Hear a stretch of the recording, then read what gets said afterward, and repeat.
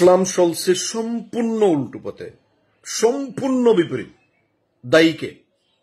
আসসালামু আলাইকুম, ইসলামী বার্তা বিভাগে আপনাদের স্বাগতম। সম্মানিত বন্ধুরা, আজ আমি আপনাদের সামনে তিনটি যুক্তি তুলে ধরব। ইসলাম আমাদেরকে যেভাবে দিয়েছিলেন নবী করিম সাল্লাল্লাহু আলাইহি ওয়াসাল্লাম, তার সম্পূর্ণ উল্টো পথে পরিচালিত হচ্ছে। এই বিষয়ে যদি আপনাদের কোনো মতামত কিছু বলার থাকে তাহলে সম্পূর্ণ শুনে কমেন্ট করতে মতামত দেওয়ার জন্য বিনীত অনুরোধ জানাচ্ছি।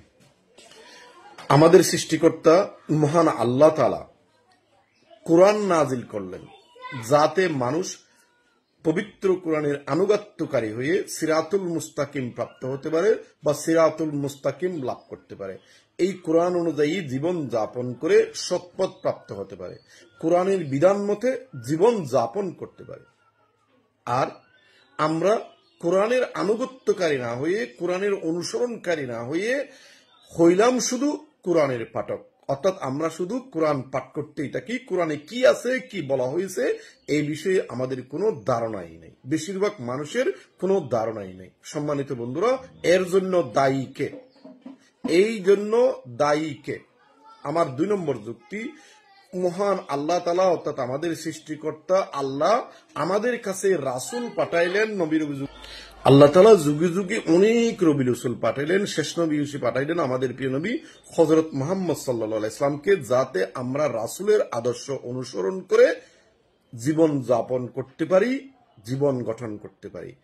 এখন আর আমরা আমাদের প্রিয় নবী রাসূলের আদর্শের অনুসারী না হয়ে ইসলাম রাসূল সাল্লাল্লাহু আলাইহি ওয়াসাল্লামের হইলাম রাসূল সাল্লাল্লাহু আলাইহি ওয়াসাল্লামের লেবাসের অনুসারী, অর্থাৎ দাড়ি, টুপি, জুব্বা, পাগড়ির আড়ালে সব আদর্শ যেমন তাওহীদ, জিহাদ, হারাম, হালাল, সুশাসন সব ধ্বংস হয়ে গেল, নিমিষেই শেষ হয়ে গেল। অর্থাৎ আমরা তাওহীদের, জিহাদের, একাত্মবাদের, হারাম হালাল কোন ধরনের বাছ বিচার না করে জীবন যাপন করতেছি রাসূলের আদর্শের যা দ্বারে কাছে নয়।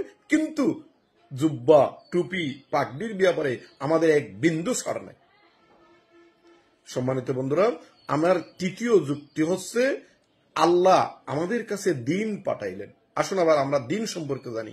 দিন মানে ধর্ম নয়, দিন হচ্ছে পরিপূর্ণ জীবন বিধান, অর্থাৎ ইসলাম নাম দিয়ে আমাদের কাছে একটা পরিপূর্ণ জীবন বিধান পাঠাইলেন মহান আল্লাহ সৃষ্টিকর্তা, যাতে আল্লাহর দিন এই দুনিয়ায়, আল্লাহর দুনিয়ায় কায়েমের মাধ্যমে সুশাসন প্রতিষ্ঠা করে শোষণ বঞ্চনাহীন সমাজ গঠন করে মানুষ দরজা খুলে ঘুমাইতে পারে, দুনিয়াবি এবং আখিরাতের শান্তি লাভ করতে পারে।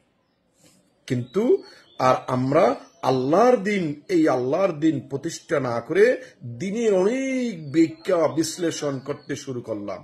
আর তা করতে গিয়ে আমাদের মাঝে অনেক মতভেদ, অর্থাৎ অনেক দল উপদলে বিভক্ত হয়ে গেলাম।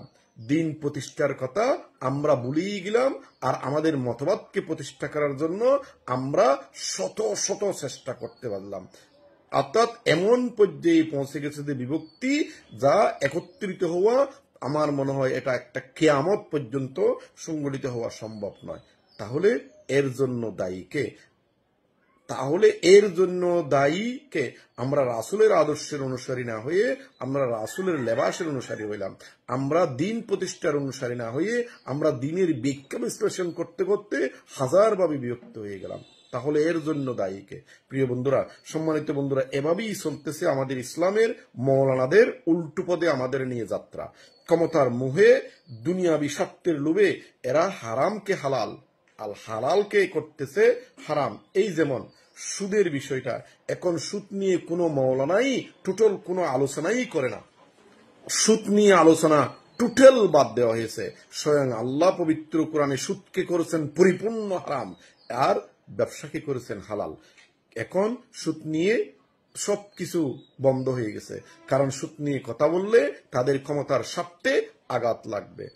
এখন যে সোজা সাপটা পথটা আপনাদের দেখিয়ে দেবে, এই যেমন আমি এই কথাগুলো বলতেছি, অনেক মৌলানা আছে এটা নিয়ে ফুসফাস করে দেবে, বলে যে তুমি কে বেটা বলার, তুমি কে কে বেটা এগুলা বলার, তুই কে, এরকম অনেক ধরনের কথা ওনারা আমরা হয়তো শুনতে পাবো।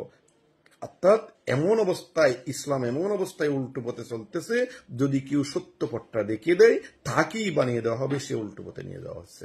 মহান আল্লাহ তাআলা যেন আমাদের সহি সালামতে পবিত্র কোরআন বুঝে শুনে পড়ার তৌফিক দান করেন, আমাকে সহ সবাইকে হেদায়েত দান করেন। আমিন। আসসালামু আলাইকুম।